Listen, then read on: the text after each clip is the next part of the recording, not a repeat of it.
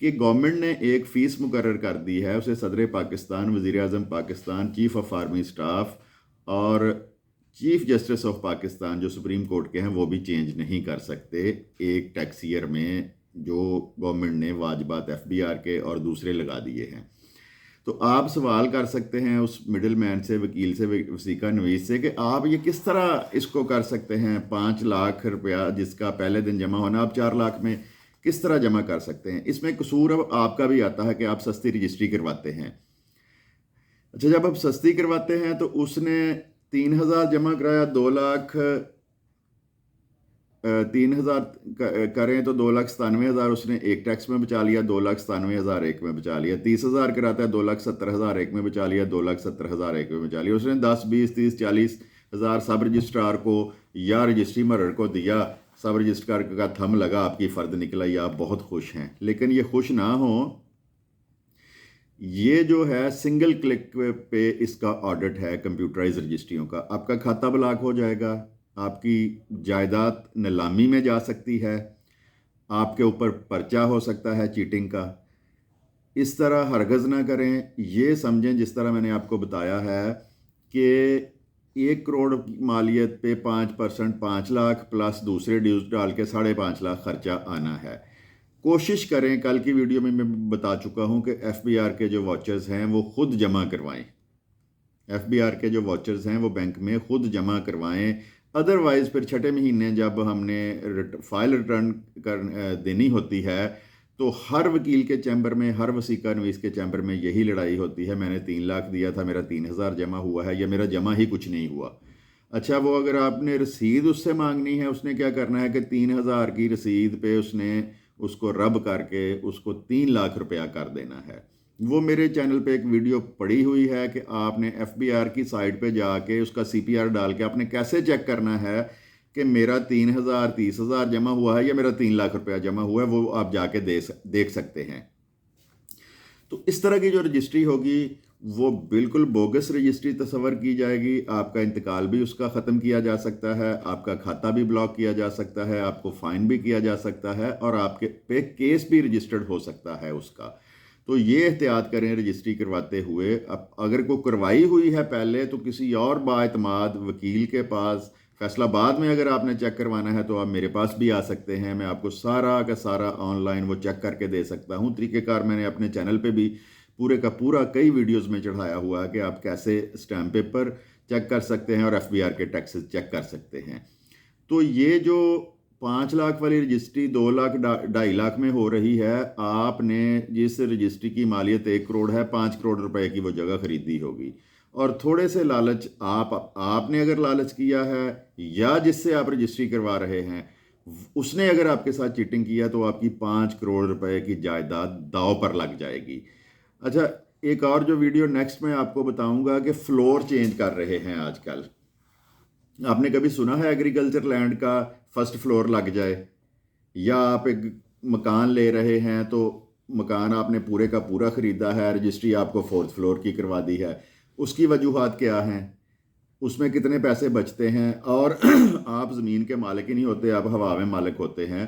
تو اس بارے میں جو نیکسٹ 1-2 دن میں ویڈیو آئے گی وہ میں آپ کو بتاؤں گا کہ آپ نے اس چیٹنگ سے کیسے بچنا ہے۔ آج کا موضوع یہ ایف بی آر کے ٹیکسز تھے۔